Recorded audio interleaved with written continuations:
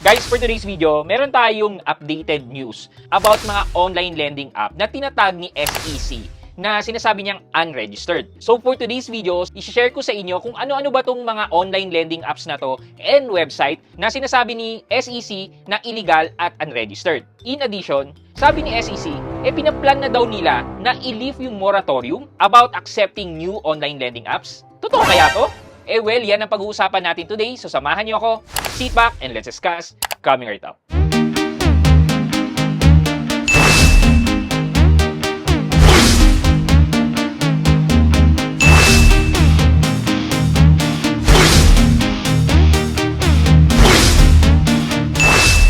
Hi guys, this is Pat and you're in Pat Quintos Review TV. So if you're new to my channel, I do reviews about personal finance na meron ng experience or meron na akong knowledge na ginawa ko na ng videos and playlists na makikita nyo dito sa taas. At kung bago kayo dito sa channel na to, you may want to consider subscribing to my channel. Okay, let's make it quick lang kasi news lang naman to. Especially itong mga list ng mga online lending apps na hindi registered. But medyo brief background lang. Bakit unregistered? Basically kasi, every online lending app na dinevelop ng mga lenders, kailangan yan i-register with SEC. And nagkaroon ng moratorium si SEC sa pag-accept ng additional na mga applicants for an online lending app. So, possible na registered sila sa SEC, pero yung app naman nila ay hindi nakarehistro sa SEC. Thus, tinatawag ni SEC na unregistered itong mga online lending app na to. So, sino-sino ba sila? Sa Google Play Store, nandyan si Sophie Loan, si Masaya Cash online loan app, si Napakatala Easy Online Loan, si Peso Funny Online Cash Loan, si Money Access Smart Loan App, si Cash Ease, and si Peso Mate Fast Loan PH. Yan yung sa Google Play Store. Pag nakita nyo sila dyan, be aware na unregistered po sila at hindi po sila dapat nagpapahiram ng pera. Sa Apple Store naman, medyo marami to. Mocha Mocha Safe and Fast Loan. Hindi po ito yung Mocha Mocha na kilala natin ha. Nakalagay po dito, fake Mocha Mocha app. So mga gumagaya po. Atomy Loan, Mabilis Cash Loan. Hindi po ito yung Atomy Credit. Mabilis Credit, Quick Cash Loan. Hindi rin po ito si Mabilis Cash. Bpera Philippines Loan App. Tala Peso. Hindi po ito si Tala. Si Peso Loan, Loan App Philippines. Tala Cash Pro, Loan App Quickly. Ang dami. Si Facile Credit. Si Sigurado Cash. Si Micro Pinnacle Technology Corporation. Si Tala Loan Peso Lending App, Peso Lending, Mabilis Cash Online Credit Loan. Again, hindi to si Mabilis Cash. Si Tala Cash Loan App Philippines. Hindi rin po si Tala to. Si Tala Pera. And again, hindi rin po yan si Tala. And for websites naman, nandyan po yung Fuse Cash Lending Corporation na ginagamit yung pangalan ni Fuse Lending before, di ba? Si Metacash po. Yan. Nakita po natin yung ads nito sa Facebook. Si Cashcano, Andali Cash, Bilis Cash, Peso Quick, Tala Pera, Kuha Cash, Huaxin Loan, Catch Cash, Cash to Go, dami. Pero Loan, Bpera, Valor Credit, Pagiram Cash, Fantastic Lending Corporation, FIS Credit, Project Duo Everest and Marketing Corporation, Fake Megan Credit and Financing Corporation, Fake Cavite TMC Lending Corporation. So sila po yung sinasabi ni SEC na unregistered. Hindi lang po online lending app, kasama rin po yung website na kailangang i-register po nila with SEC. Okay, meron pa po actually, ito po, sabi naman po dito, advisory, unauthorized use of the name Salmon Credit Cash Loan App, and or Mabilis Credit and Mabilis Credit Quick Cash Loan App in an online lending platform.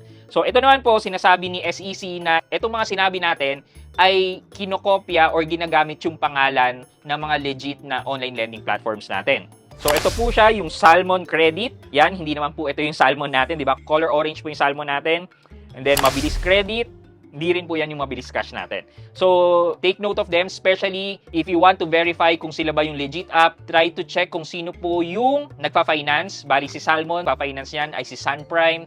Si Mabilis Cash naman po ay Mali Lending Corporation po ang nagpapahiram po ng Mabilis Cash. Last na lang po na kailangan natin pag-usapan is that sabi po ni SEC ay may plano na daw po silang i-lift yung moratorium in terms of accepting new online lending apps and website. Ibig sabihin lang po nito is i-allow na po nila na magpa-register po itong mga unregistered na online lending app. Because ang reason daw po nila is that kapag mas marami na po silang tinatanggap, the more na magkakaroon ng competition at bababa ang interest. Well, posible naman po yun kasi mas maraming lender at marami nang pwedeng utangan ang mga kababayan natin. Sa ngayon pa nga lang, ang dami ng mga online lending apps. Kahit sabihin natin legit, kahit sabihin natin nakalista sila, pero yung issue kasi is yung loophole sa longer payment term na hindi siya equally spread, hindi equally divided sa amortization. Yung tipong pagbabayarin ka na for 7 days tapos butal na lang sa susunod, etc. etc. So dapat yun muna ang unahin nilang i-resolve, yun muna ang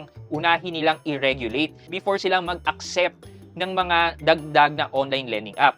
By doing so, mas magiging fair sa mga taong ang hihiram even sa mga online lending app pa yan. Pangalawa, yung interest ay hindi ganun talaga ka-regulated. So merong i-release this April na updated cap on interest. But yun ba talaga ang tamang cap ng interest? For me, ang pinakaunang ayusin dapat ni SEC sa mga online lending apps is yung interest and yung pagbabayad. Alam niyo yun, pag nangungutang ka sa mga online lending app, yung experience mo, bakit instead na nakaspread out yan ng 3 months, ilalagay nila sa first 7 days, di ba? Parang napaka-injustice nun.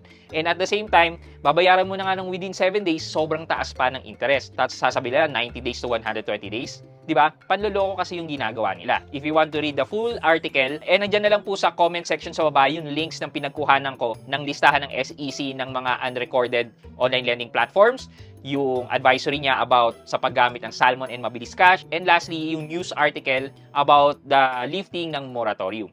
Okay, for our question of the day, sa tingin nyo, tama bang tanggalin yung moratorium sa pag-accept ng mga online lending platform? O mas okay na wag muna silang mag-accept ng mga panibagong mga online lending app? Ano sa tingin nyo? At bakit? Let me know sa comment section sa baba for our weekly giveaway. Yun lang muna for today's video, but before we end this video, mag-shoutout po muna tayo at shoutout kay Rayo Ada at Rayo Ada Z1B. At sabi po niya, maayong gabi Sir Pat, watching from Camiguin Island. Wow! Thank you po for watching and supporting my videos. Maraming salamat po kay Mr. or Miss Rayo Ada. Shoutout po sa inyo. Thank you so much po. I hope you can like this video, leave a thumbs up, and if not, wala nang problema dyan, but continue to support me by subscribing to my channel by clicking the subscribe button and also the bell button sa tabing subscribe para makareceive kayo ng latest notification sa lahat ng upload ko. Again guys, this is Pat Quinto and you're in Pat Quinto's Review TV. Bye-bye!